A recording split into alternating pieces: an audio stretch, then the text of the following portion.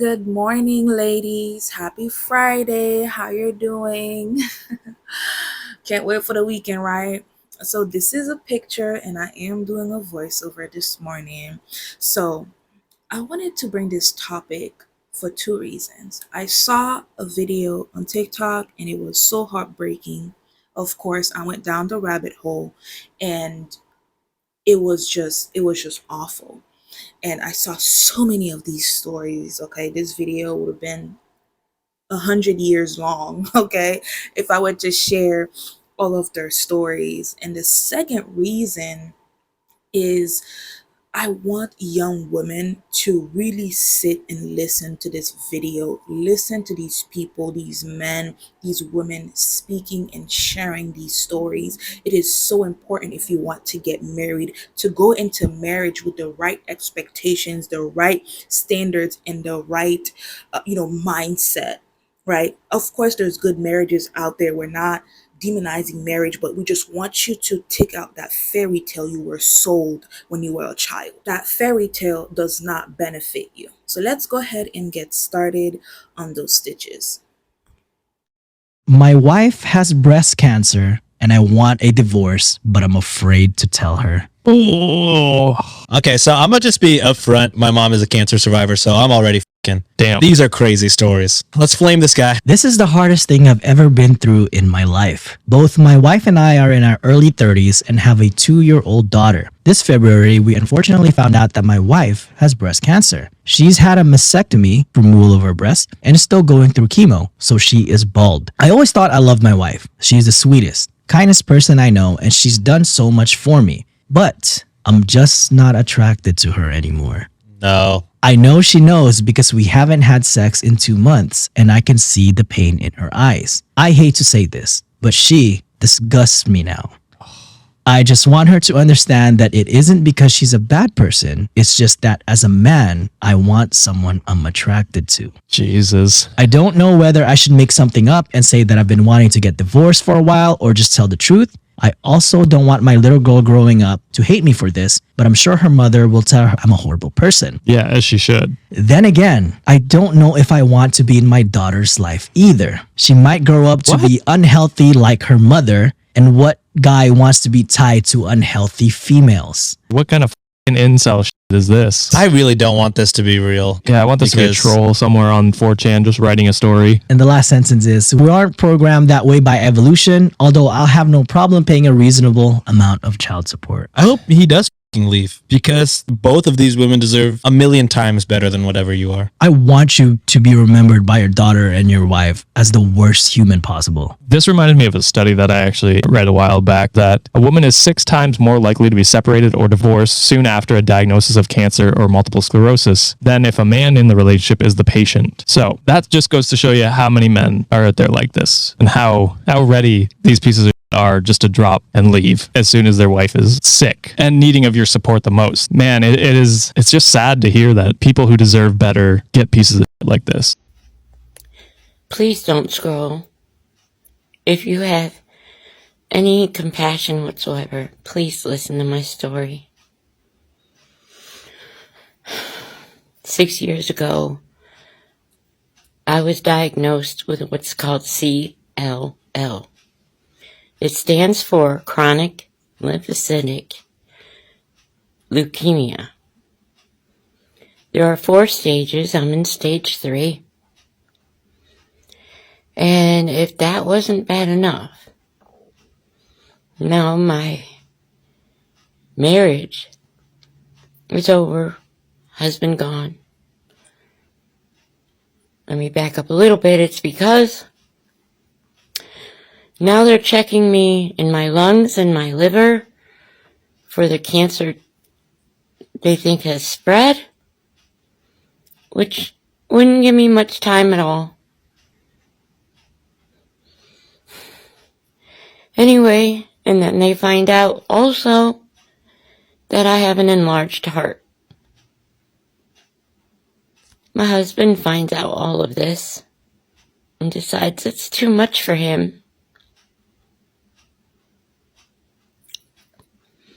It's too much for him. I'm the one going through it. But he says he wouldn't know how to take care of me. He wouldn't know what to do. And he doesn't want to watch me die. It's not like I'm dying tomorrow or next month or so. I mean, so I feel so alone. So terribly alone. You know how bad I wish I could just go on a vacation. Just get away from it all. Go somewhere warm and just enjoy myself. But I can't afford that, so. If I could just have love from you guys. Maybe just a prayer or some couple nice words. Something to just keep me going, keep me encouraged. I would really like that. Thanks for listening if you listen to this whole thing. We need to uplift each other. And the asshole of the year goes to this man. In sickness and in health, that's the vow he took. This lady's jerk of a husband left her after she decided to have surgery. She wanted to remove one of her breasts thanks to stage 4 breast cancer. Her doctor recommended a mastectomy to stop the cancer from spreading, but her husband had a different idea for her. He disagreed with the surgery. He suggested that she ignore the doctor's orders and do traditional treatments instead. Yet she went ahead and had the surgery done. And unfortunately, her husband was not happy with the decision and decided to divorce her. And before he divorced her, he told her that most women, when they get cancer, they only have a year left to live anyways. Well, guess what? It's been 7 years and she's still alive. I hope she finds a real man one day. Men are known to leave their wives when their wives get sick, and I just started watching Love is Blind, the new season, and this woman is describing her family dynamic where both of her parents have MS. They're not together. Her dad has been married to her stepmom for 25 years, and she is the full caregiver of her father who has MS. She described her mother's situation. Her mother was never married, had been with a man for 15 years, and when her MS got really bad, he dipped out on her. She is trying to communicate that this is a marriage thing, that it's because her dad and her stepmom are married, the stepmom is the caregiver. This has nothing to do with marriage and has everything to do with the gender roles. The woman stayed with her partner when her partner got sick, but the man will always leave his partner when she gets sick. When he now perceives the woman as a burden, he will leave her behind. This is not new. We see this all the time. If a woman is diagnosed with a terminal illness, a man will not stick around. And yet women are the ones who are continuously caregiving to their partners, to their families, to their communities. Men just leave. They don't hold up to their responsibility. Divorce me while I'm sick? That's fine. Enjoy being single. So not my story, but a family friend story. I knew this lovely German lady who I will call Heidi. She was married to an Israeli man who I'll call Douche. So, douche was a douche for a number of reasons. He worked with my dad in IT, who said he had a hero complex where he would cause disasters at work and then try to be the hero and, quote, save the day. Ugh. We even suspect he caused a huge IT disaster at our national airport while he was working there. Holy shit. He was also really creepy. He creeped out my younger sister, calling her randomly and asking to pick her up. Ugh. He was the exact opposite of his wife, who was lovely and sweet and charismatic, and I have no idea how they ended up together. Unfortunately, a while after we made friends with them, Heidi got very sick. Her colon stopped working. She almost died. Thankfully, she was in a country with stellar healthcare who saved her life. She found she has Crohn's disease. She had to get a colostomy bag. While she was recovering from her surgery, Douche announced he wanted to divorce. His words were, and I quote, "I didn't marry a sick woman." What You, man. What the f-? He left her high and dry, and very soon was seeing someone else. He lost all the friends he had made in our country with his awful behavior. My family told him he was no longer welcome near us as we were there for Heidi. He finally skipped off back to Israel. Apparently, he had got into quite a bit of debt while in my country and skipped off to avoid paying. Good riddance, we all said. Heidi found her feet eventually. She took up photography and went to university to study it. She did very well for herself and lived happily life free from douche. After about a year, Douche contacted Heidi and she told us all about it. Apparently, he was trying to sweet talk her into going over to Israel to go through with the divorce proceedings. According to Heidi, your marital status is on your identity card in Israel. And it's one of the first things a girl asks for to see when you go on a date. Hell yes. So when the girls saw he was married on his card, they'd never go for a second date. Yeah. So every time he'd call her asking when she was coming over, she'd put a huge eating grin on and reply, quote, "Oh, I don't know. I'm not really in a position to fly with my condition and all. Maybe when I get better." Yes. She knew full well he won't set foot back here because his creditors were still looking for their money back. She would just relish in the knowledge that he was getting rejected by all those women he was pursuing in Israel while she chilled with us having a great time. Heidi is doing much better now. She went back to Germany, though still visits my family and her friends from time to time. She's still her awesome self. I don't know what Douche is up to now, but I suspect after all these years, he is still a douche. Yeah, I hope he is still single and living his worst life in Israel. I love that she's well enough to go back and forth between countries and Yeah. And just doesn't go there. and does not give up. This is for all of the women who are still on the fence about getting married, who still believe that Prince Charming exists, and who still believe that relationships with men and having husbands is the end all, be all. Marriage does not save women, and a large majority of the men who are married absolutely hate their wives and will tell you that at any given opportunity. So, although the article says that the husband let his wheelchair-bound wife lay on the floor for 6 to 8 months, the true story is much more insidious. Bonnie Gabor, who was the wife of Louis Gabor in the photo, was admitted to and then released from the hospital on October 6th of 2020.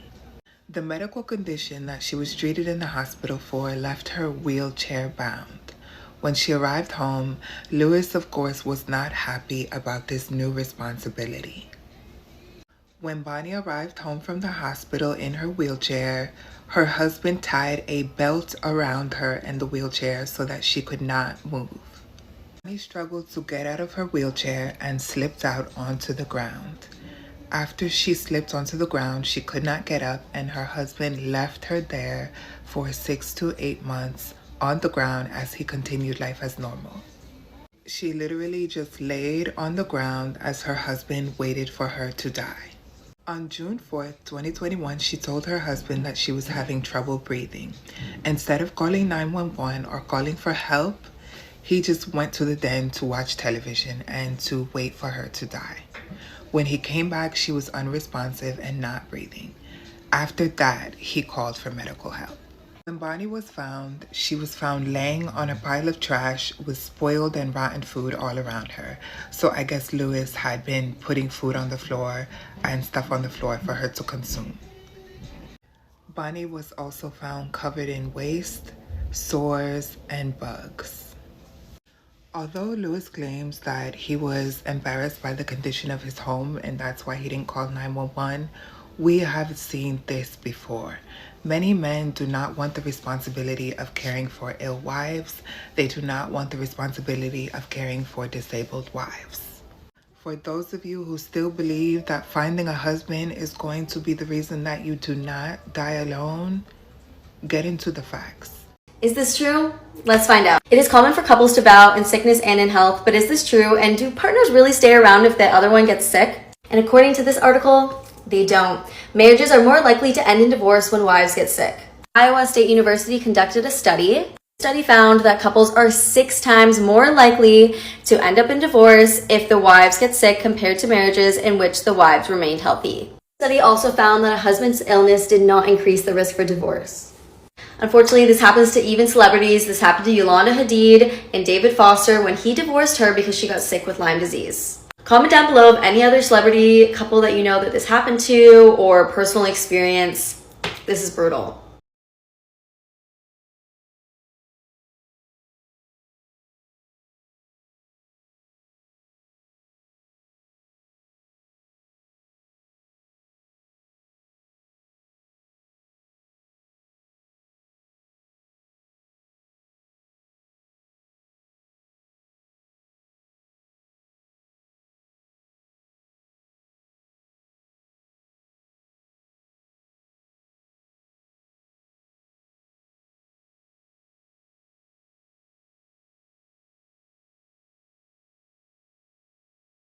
Please watch this video about the gender disparity in spousal abandonment when it comes to chronic illness, and I'll be right back. My wife and I, we've been together. We've been married for 15 years. For 15 years. Yes, going to our 16th.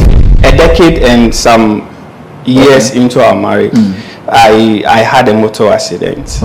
It put me down for a year, and my wife had to be there for me. 3 months into the accident, I realized things was very difficult, and so she has to stay home and then take care of me. And she agreed to staying home and then taking care of me. And so she quit her job? Yes. On your advice? Yes. So she did all that for me. I got back on my feet, God being so good. After how long? After a year. After a year? Yes. You got back on your feet? Yes. But not long enough. My wife also got struck by stroke. Yes. Because she couldn't move, I was the one cooking, giving her food. I was the one cleaning her. Say it as it is. Okay, I was the one cleaning her pool when she go somewhere good, and almost everything on her, I have to do it. And it was, I couldn't stand it. It's those things, it's natural for women to do. It's natural for women it's natural to take care of sick husbands. Yes, it's very natural for women to clean a man's to clean a man, to do all those sort of things. But for a man to dedicate his time and his whole world to doing that thing is very difficult. So you are divorcing your wife because she pulls on herself, and you would have to clean it because she is sick. Because I'm the only person taking care of her, and I'm tired. So most of my Ghanaian followers have tagged me more than 100 times. At this point, the government of Ghana needs to make me the Minister for Gender and Women's Advocate. However, ladies, I have shared this multiple times. Most men are likely to leave their wives during a time of chronic illness. That is the truth. And research exists in America to support this assertion. In America, when you look at the gender disparity in spousal abandonment when it comes to chronic illness, married women are 6 times more likely to be divorced or separated or cheated on upon the diagnosis of a chronic illness like cancer or multiple sclerosis. This implies that husbands are 20.8% more likely to abandon their wife upon the diagnosis of a chronic illness. However, the likelihood of a wife leaving her husband when he's diagnosed of a chronic illness is 2.9%. And this data is from an older studies based in America. And I am sure that in Ghana and other African countries, it is worse because the Ghanaian culture, the African culture, and even more globally, the concept of caring for family members is made the responsibility of women. Providing care for family members have been feminized such that it is perceived that women are the ones who can naturally take care of their husband when he's sick, or children, or even elderly family members. And because of this gender orientation, most men are likely to abandon you as a wife during chronic illness. Even in Ghana, you don't have to get a stroke like in the case of this woman. You are pregnant, your husband is already cheating and has another woman. You have malaria, you have catarrh, and these men will already have another woman lined up. And I'm not saying this because, I am bitter towards men. This is the truth. Most men will abandon their wives upon chronic illness or upon a severe health diagnosis. And the research exists in America to support it. The only thing is that countries like Ghana and many other African countries do not fund research, and so we might not know the data. But even observing the gender dynamics when it comes to who provides care for sick family members implies that that is made the responsibility of a woman. So this is to all the women. Please make sure you are building healthy, loving relationships with your own family. Make sure as a woman you do not abandon your close female friends when you get married, because some of you, the moment you become married, oh my god, I'm now married, and then you distance yourself from your close female friends. Keep your relationship with your close female friends and have a positive and a good relationship with your own family, because when you get married and you develop a chronic illness, it is possible, it is highly possible that your husband will not provide care and you would have to rely on other family members and close friends to provide care for you. Dear ladies, most men are selfish, self-centered, and they will always choose what is in their own best interest. A man can marry you in Ghana and in Africa, have kids with you, and if he finds another woman in America, in Canada, in the UK, he will still find a way of leaving you. Men are always strategic and they will always choose themselves first. So as a woman, understand that and know how to relate with men accordingly. I am just sharing the facts. My name is Dr. Zita. I am a sociologist. If you're not following, guess what? Hit the follow button. Men don't like women. We stupidly walk down the aisle with this fantasy in our heads we were told as a child or have seen in movies. When men don't believe or even, intend to uphold any of the words in their vows. Okay, he gets married because he was promised a maid, a housekeeper, a sex slave, and childbearer. Men don't look to women for friendship or for love. That fairy tale is the downfall of a lot of women. Women need to wake up, excuse me, and look around at the facts. Please, young women, let go of that fairy tale before you get married so you don't become disappointed. Letting go of the fairy tale will help you set realistic standards and boundaries and protect yourself in dating and marriage. Please, this video, I'm making it specifically for myself and for you young ladies, okay? Please, please, please take heed of this message, okay? Men only think about themselves. And even when they say protect and provide, they only do that when it benefits them. Majority of the time, they're not even truly protecting their family or their wives, because they think protecting is when somebody walks through the door with a pew pew and is ready to rob them. Protecting means that you are protecting me emotionally, mentally, and spiritually. But men don't even look at you as a human being. They only see you as an extension of themselves. I know a lot of men who are, they do voodoo, okay? They don't believe in God at all. They worship spirits, but they're always looking for a God-fearing woman. Do you know why? It's because they know you were raised to be a maid. They know in the church you were raised to only serve men. A lot of women, they fear their husbands more than they fear God. Okay? So they're looking for the type of woman who's going to put the man first before themselves and before their children. They don't care about the Bible. They don't care about the religion. None of that. But they prey on these women who are so-called God-fearing because they know your whole self-esteem, your whole identity revolves around having a man, being married, and having a quote-unquote family. And you are willing to do anything, go through anything, endure anything to keep that marriage and to tell people you're a married woman and to flash your ring around, even if you're in a shitty marriage. So please, women, let's leave these trauma bonding relationships out for this generation. Please, you are the next generation that's going to be raising the future generation. Please, we need you to unlearn those traumas that our mothers had to endure and pass down onto us. We are the future. That's a lot for this morning, I know. But please let me know your thoughts in the comments. Any of the stories resonated with you? Do you know any person, that endured anything like this?